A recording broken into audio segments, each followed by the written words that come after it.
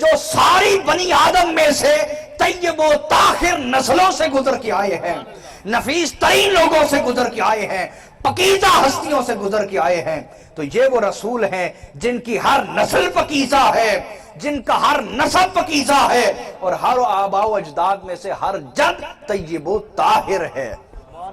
طیب و تو من انفاسکم پڑھیں تو معنی یہ بنتا ہے، تو یہ بھی نسب مصطفیٰ کی شان قرآن نے بیان کی۔ نسب مصطفیٰ کی بولیے نعرہ تکبیر، نعرہ رسالت، نعرہ حیدری، نعرہ غوثیہ۔ میری باتیں سمجھ آ رہی ہیں؟ تھوڑی سی علمی ہے لیکن آپ کو ذوق ملے گا، تھوڑا سا توجہ رکھیے گا، آگے آسان بھی آ جائیں گے انشاءاللہ۔ تو یہ قرآن نے نسب مصطفیٰ کی شان بیان فرمائے، من انفسکم، نسب مصطفیٰ میں وہ لوگ آئیں انفسکم جو تم میں سب سے زیادہ نفیس تھے، پکیزہ تھے، سبحان اللہ۔ تو یہ قرآن نے نسب مصطفیٰ کی شان بیان کی۔ آئی بات سمجھ کے نہیں؟ بولیے۔ اسی طرح حضرت ابراہیم علیہ السلام فرماتے، سورہ ابراہیم سورہ نمبر 14 آیت نمبر 35 ارشاد فرمایا، وَإِذْ قَالَ إِبْرَاهِيمُ رَبِّ اجْعَلْ هَذَا الْبَلَدَ آمِنًا وَاجْنُبْنِي وَبَنِيَّ أَن نَّعْبُدَ الْأَصْنَامَ۔ ابراہیم علیہ السلام دعا کر رہے، اللہ اس شہر مکہ کو امن والا شہر بنا دے، اور مجھے اور میری نسل کو بچا لے کہ ہم کبھی شرک نہ کریں۔ ہائے ہائے ہائے ہائے، علی پور والو ذوق سے سننے والی بات ہے، قرآن بیان کر رہا ہوں۔ ابراہیم علیہ السلام کیا دعا کرے؟ اللہ اس شہر مکہ کو امن والا شہر بنا دے اور مجھے اور میری نسل کو بچا لے کہ ہم کبھی شرک نہ کریں۔ ہم کبھی شرک؟ ابھی بھی بات سمجھ نہیں آئی کہ ابراہیم علیہ السلام سے لے کر ذات مصطفیٰ تک وہ نسل قرآن بیان کر رہا ہے، قرآن بیان کر رہا ہے کہ وہ نسل تھی جس میں سے کوئی ایک بھی مشرک نہیں تھا، کوئی ایک بھی بتوں کو پوجنے والا، ان نعبد الاصنام، کوئی ایک بھی بتوں کو پوجنے والا، کوئی ایک بھی مشرک نہیں تھا۔ نسب مصطفیٰ میں سے ہر آقا کا جد، ہر دادا، ہر باپ صرف اللہ ہی کی عبادت کرنے والا تھا، صرف اور صرف بولیے اللہ ہی کی عبادت کرنے والا۔ اب سنیے، اور سورہ الشعراء، قرآن ابھی پڑھ رہا ہوں، سورہ نمبر 26 آیت نمبر ہے 218 اور 219۔ اللہ نے فرمایا، الذی یراک حین تقوم، میرے حبیب اللہ وہ ہے جو آپ کو دیکھتا ہے جب آپ رات کے وقت مصلی پہ ہوتے ہیں۔ آئے ہائے، دیکھتا تو سب کو ہے، دیکھتا تو بولیے آئے ہائے ہائے، دیکھتا تو، لیکن سب کو دیکھنا وہ اور ہے، بالخصوص حضور کی ذات کے متعلق الذی یراک، وہ اللہ ہے جو آپ کو دیکھتا رہتا ہے۔ دیکھتا سب کو ہے لیکن مصطفیٰ کی ذات کی نسبت سے دیکھنا بیان کرتا ہے، اتنا اسے حضور علیہ السلام کی ذات سے محبت ہے۔ اور فرمایا وَتَقَلُّبَكَ فِي السَّاجِدِينَ، اور اللہ وہ ہے جو آپ کو مختلف سجدہ کرنے والے، ساجدین ساجد کی جمع ہے، ساجد کہتے ہیں اللہ کو سجدہ کرنے والا، ساجد کی جمع کیا بولیے؟ ساجدین۔ وَتَقَلُّبَكَ فِي السَّاجِدِينَ، وہ اللہ ہے جو آپ کا ساجدین میں منتقل ہونا دیکھتا ہے۔ ساجدین میں بولیے منتقل ہونا دیکھتا ہے، یہ کیا مراد ہے؟